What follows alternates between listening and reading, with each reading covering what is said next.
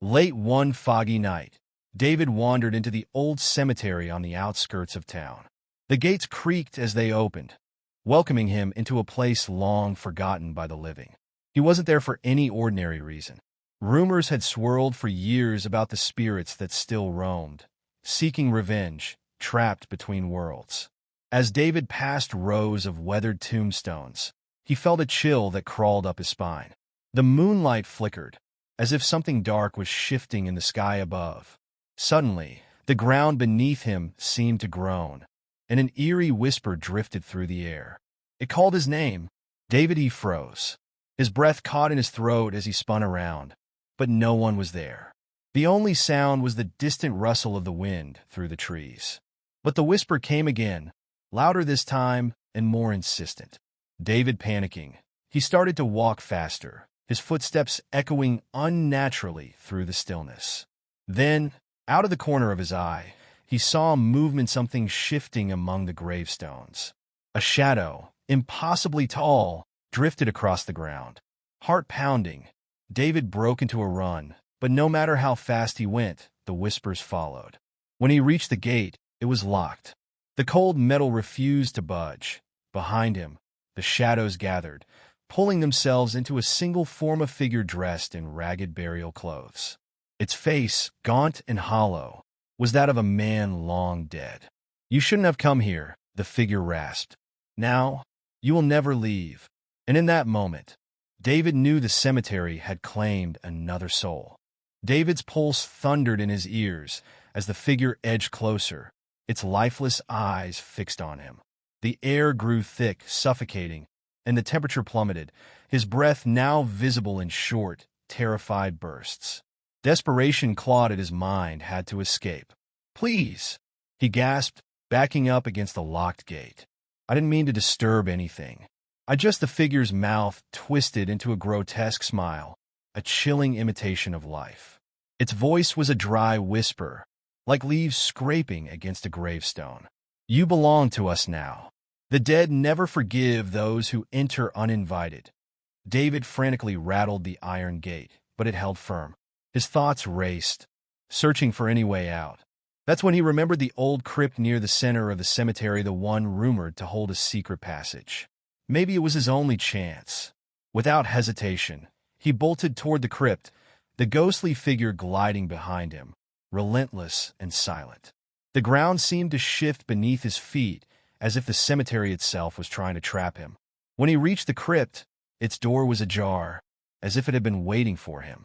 He pushed it open and stumbled inside, his hands trembling as he pulled the heavy stone door shut behind him. The darkness inside was suffocating, but at least the whispers had stopped. For a brief moment, there was silence. David pressed his ear against the door, hoping the figure had vanished. But then, from deep within the crypt, he heard something far worse.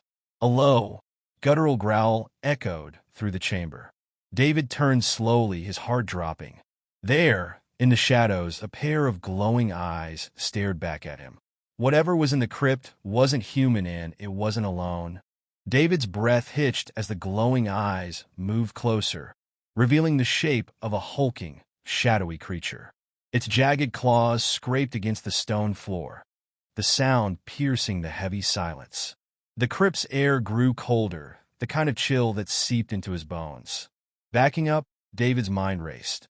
The whispers outside were terrifying, but this thing was pure malice. Every instinct screamed at him to run. But where? The crypt door was sealed, and the only way deeper into the catacombs led further into darkness. The creature snarled, its form slithering between the columns like a predator stalking its prey. David, trembling, stumbled backward toward a corner. His foot hit something, a loose stone tile. He crouched quickly, tugging at it, desperate for any way out. To his surprise, the tile lifted easily, revealing a narrow tunnel beneath. Without thinking, he squeezed through, just as the creature lunged, its claws narrowly missing his leg. He fell into the tunnel, landing hard on the dirt below. The crash sent echoes through the underground passage, but he had no time to think. David scrambled to his feet, the faint sounds of the creature's frustrated growl still audible from above. The tunnel was pitch black, but he had no choice but to move forward. The dirt walls pressed in on either side of him, making the air feel even heavier. After what felt like an eternity of crawling through the suffocating darkness, David spotted a faint light ahead. His heart raced. Maybe this was his way out. He hurried toward it, desperate to leave the nightmare behind. But when he reached the light, he stopped cold. That it wasn't the outside world. It was a small chamber, illuminated by flickering candles, with walls covered in cryptic symbols and old, decayed bones scattered across the floor. At the center stood a stone altar, and lying upon it was a body that looked disturbingly familiar. David's blood turned to ice. The figure on the altar, it was him. Before he could comprehend the impossible scene, a voice echoed through the chamber, cold and ancient. You've crossed into the realm of the forgotten. The living cannot leave. The candles flickered, and the shadows on the walls began to move, slowly creeping toward him. David backed away, but there was nowhere left to run. The shadows closed in, their whispers growing louder. And then, just as the darkness consumed him, he realized the truth. He had never left the cemetery. Not alive, anyway.